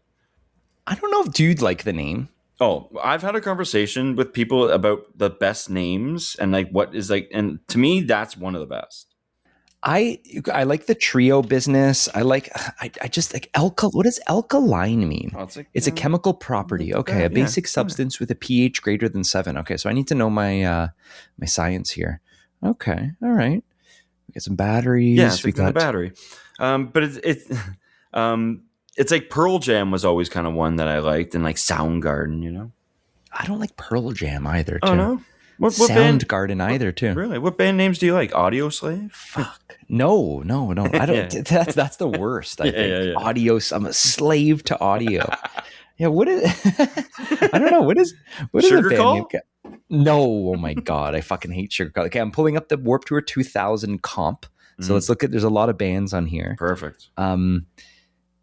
I was gonna say one, and then I'm like, never mind because of the band. But I did like Anti-Flag, but fuck, not anymore. Yeah, oh no. I mean, Bad Religion is kind of cool, but also at the same time, No, that's great. It's a great name. I don't know. I don't like the Early November. Oh, I love that name. I do like the Bitter Fine too. I don't know.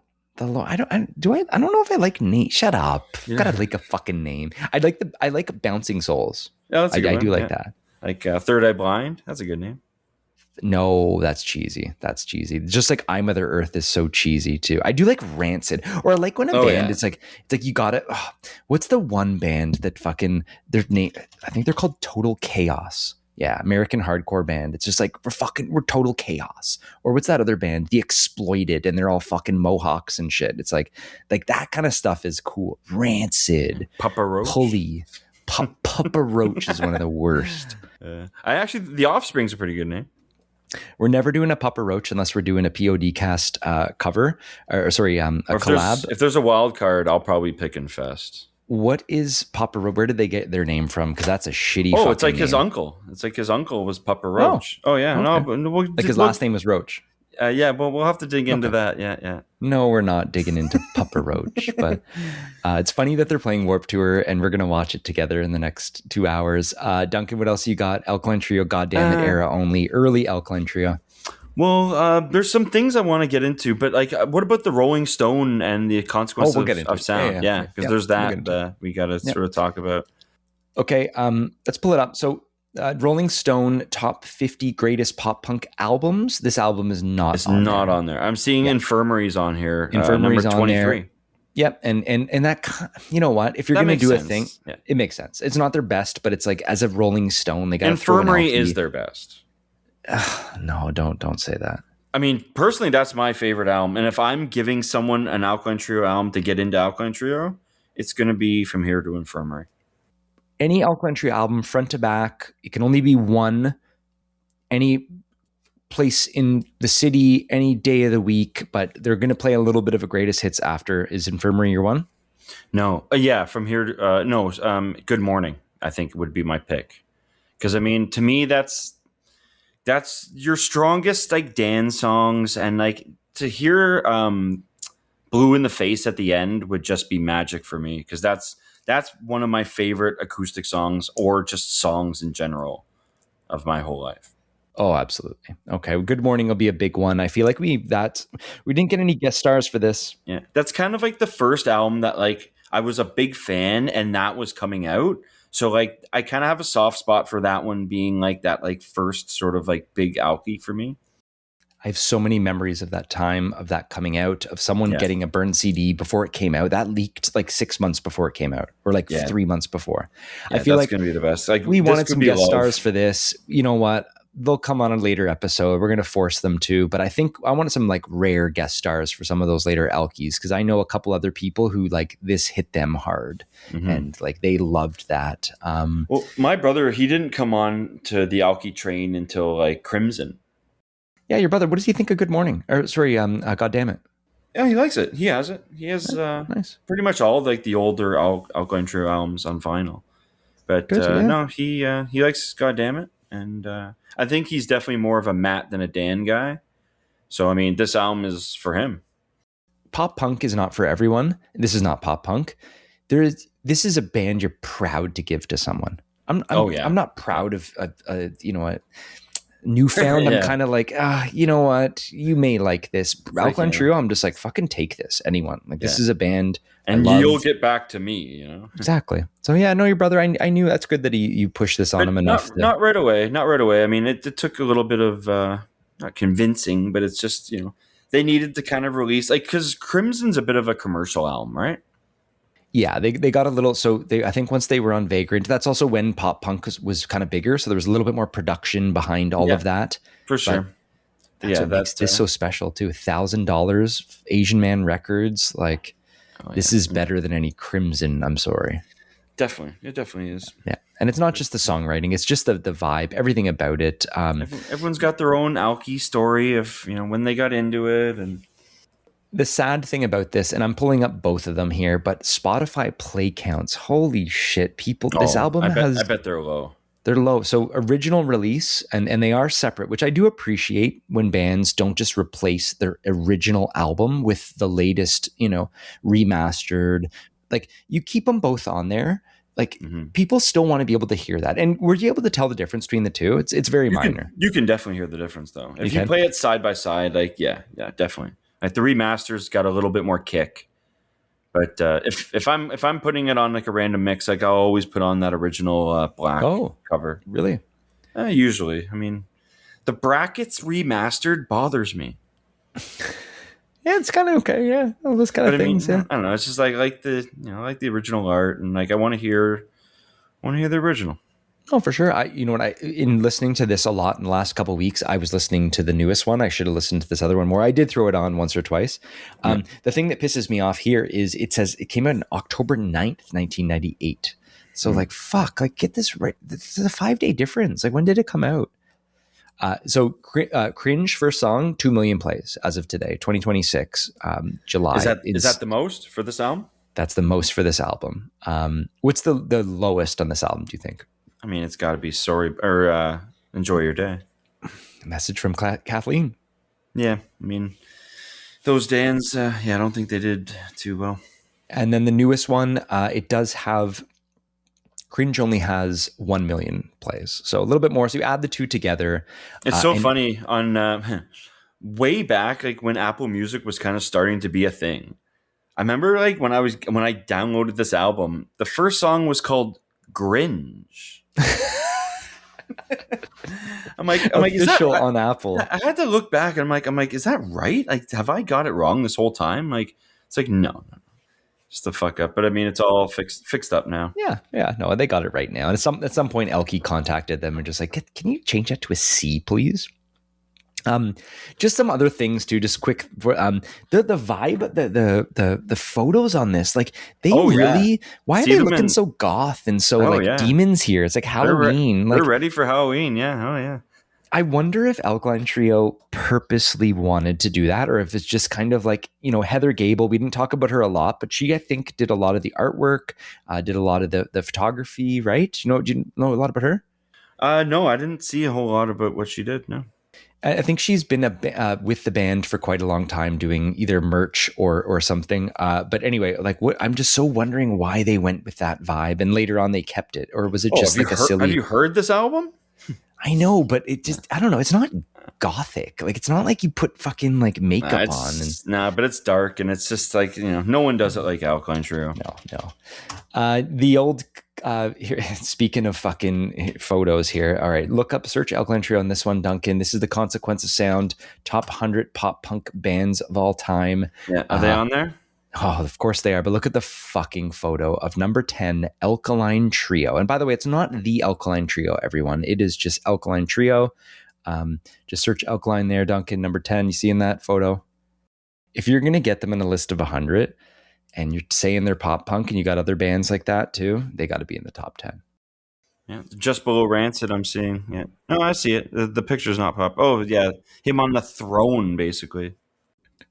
And they have this like red and black vibe. They've got... That's like the Good Morning vibe, I feel. Good Morning, or even Crimson, they kind of kept that a little bit. They kept it a little bit for Agony as well too. But Dan's got this oversized suit. Derek Grant looks like he could be in fucking Misfits, or he could be in fucking, I don't know, Rocky Horror Picture Show. Tell him to look on my wedding day. Come on, your groomsmen are going to be dressed like Alkaline Trio. No, you're not. Duncan. Oh, that'd be great, actually. Really? Wow. When are you getting married? I don't know. Need a date. need a date first. All right. Oops. Shit. Jesus Christ. Blow this mic to shit. So yeah, Consequence. We got the Consequence rank. Of course, number 10. Couple Ticketmaster reviews. We're not going to get too deep on them because there's some funny ones. But who was the next band down? Because who was the last one? Nerf Herder. Oh yeah, let's go back up. So yeah, we did, and also okay. So since the last episode, fucking Dopamines and Nerf Herder, I've listened to them a bunch. Yeah, I respect them both. Dopamines, I can't wait to get into. Nerf Herder is kind of, they're not pop punk, but they're cool. Just that one album that I kind of knew. Yeah, and that song is really funny. Nose Ring Girl. There's a couple others on that are really good. It's gonna, both those bands are gonna stay on my fucking thing. I think so. I haven't looked at the list, so who's next? Okay, so number 97 was Nerf Herder. Number 96, Good Riddance. Oh, so nice. Definitely not pop punk. We're seeing them at Warped Tour, right? They are playing Warped Tour. Always loved Good Riddance. They have some fucking sick stuff. There was one song, I think it's called Salt. I love that song so much, but great band. Yeah, definitely see them at Warped Tour. Well, now, since they've been kind of on the radar for Warped Tour, I've been definitely listening to them because they've got a new album out this year. Yep. It's called Before the World Caves In. Cool. Yeah, they're everything I've heard I like. They just never get the time. Yeah, they're not pop punk. Well, No. fuck. So Wikipedia has them as melodic hardcore, pop punk, skate punk, and hardcore punk. But interesting. Yeah, I've been listening to them a little bit lately. What I'm starting to realize is pop punk is such a generic term that everyone thinks it's something different. Like, I think to me, it's an pop umbrella punk term, is like we were newfound glory. saying. It's an umbrella term. Yeah. And Newfound Glory is pop punk, and Blink is pop punk now, but they weren't at Dude Ranch. And Green Day has never been pop punk except for maybe like Uno Dos Tres and onwards. And maybe American Idiot's pop punk. I still think Dookie's pop punk. Oh, fuck, man. We got a long way to go for that. But okay, a couple quick Ticketmaster reviews from the show we went to. Phoenix, Duncan, do you remember the show? 2010. You know what? Let's just save actually these. Yeah, I thought we weren't going to into any of those new shows. Yeah. Is there any reviews from like that from the back? Goddamnit. No, I didn't dig too deep because we got the veggie dog review. So I'll give a review from the show. It was fucking great, and Alkaline Trio rules. Well, how were Lawrence Arms?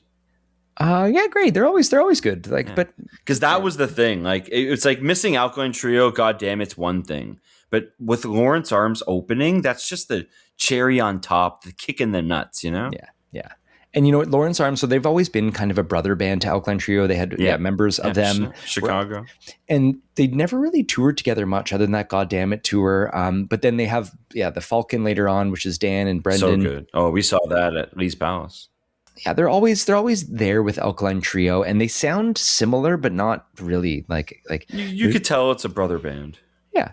But if those were the two Chicago bands, if that was, oh man, I wish I was from Chicago. But what a band. The other band that, and we didn't talk about it much, but the producer of this is Matt Allison. So he has given Alkaline Trio the sound. He has done, I think. Let's see it. Let's take a quick look before. I have it here. Was he involved with Goddamnit? Yeah, he's the producer on Goddamnit. This is the albums that he's done. I'm going to send this to you, and hopefully it doesn't. Okay, so Matt Allison, he did Goddamnit. He did From Here to Infirmary. He did This Addiction. He did Maybe I'll Catch Fire. And then he also did Lawrence Arms, Apathy and Exhaustion. He did The Greatest Story Ever Told, Lawrence Arms. He did Old Calcutta. He did Metropole. And then Unicornography, which is the Falcon. And the other band that he did, which I mentioned, one other band he did a couple great albums for, Menzingers. He did On the Impossible Past and Chamberlain Waits. Perfect. And that's it. Yeah, he also did Gainesville, Florida by Lawrence Arms. By Les and Jake. So one Les and Jake album he did too. Not many albums he's done. Yeah, that's a newer Les and Jake. I like that one. He did. I mean, he did the Chicago bands, and then he did Menzingers and one Les and Jake, at least according to Wikipedia here. But those are classic albums, and like all of those. Like if that's what you're doing, you're going on the top 20 producers of all time to me. Yeah, no, definitely. There was something I actually wanted to get into about how like Alkaline, like it's like compilations. Like Alkaline Trio is a big compilation band. Mm-hmm. You know, because we were kind of talking about some old comps back in the day.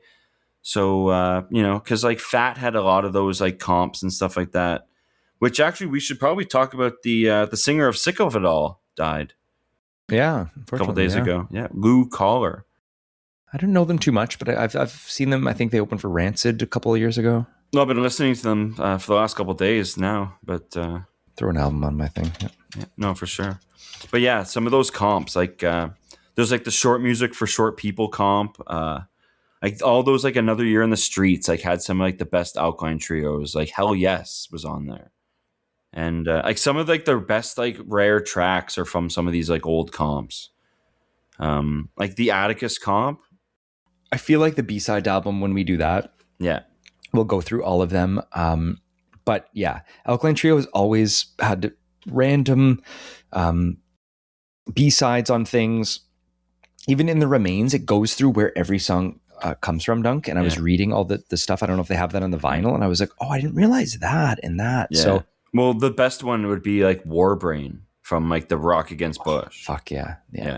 But I mean, like just so many hidden gems, like in like comps, like buried away. So many of those. And then I think the last bunch of Alkaline Trio albums have got 4 B-sides each, and they're just excellent as well. Like definitely. They're a professional band. They are one of, again, not pop punk to me personally, but one of the top punk bands, I think, in my top 3 for sure. But yeah, I would say they're in the top 10. They should be for a lot of people. I put them in my top 10. I've got room for them there forever. I would love to know the people who love, I don't know, just punk in general, but it's like, I only know a couple songs. It's like, oh, do I have an album for you? Yeah. Like, find someone, Dunk. Like, we need a next generation that we just like, we show them all this stuff, and they show us the Hot Mulligans and the fucking. Well, I mean, I kind of try to show some of the stuff to my brother. Like, I kind of know like some of the stuff that I know he would like. Like, I think that he would like the Menzingers one day.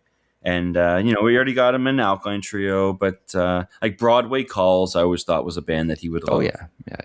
Great band.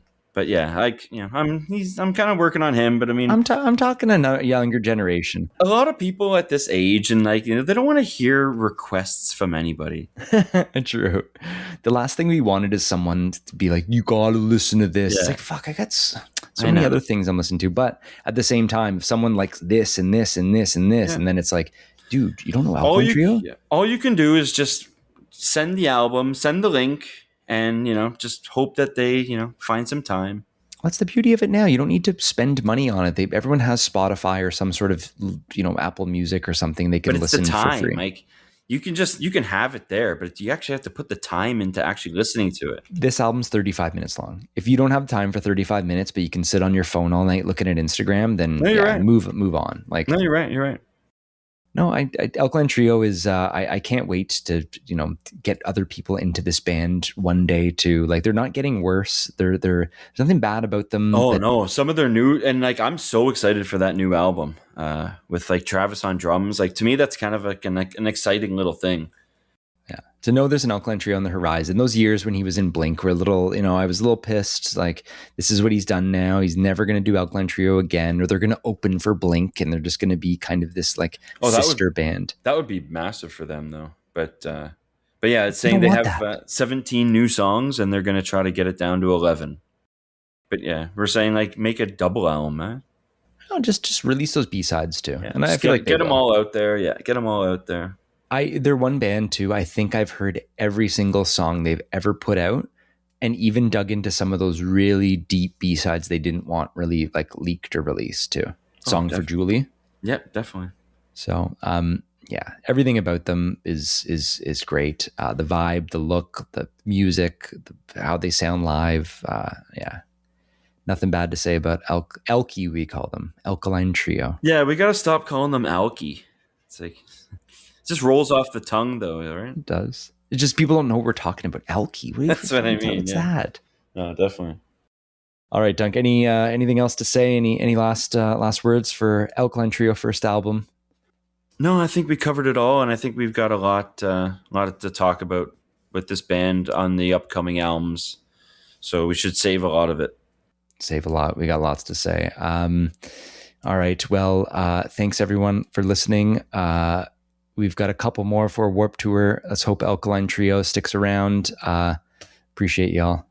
Dunk. Just want to say thanks for listening, and God damn it.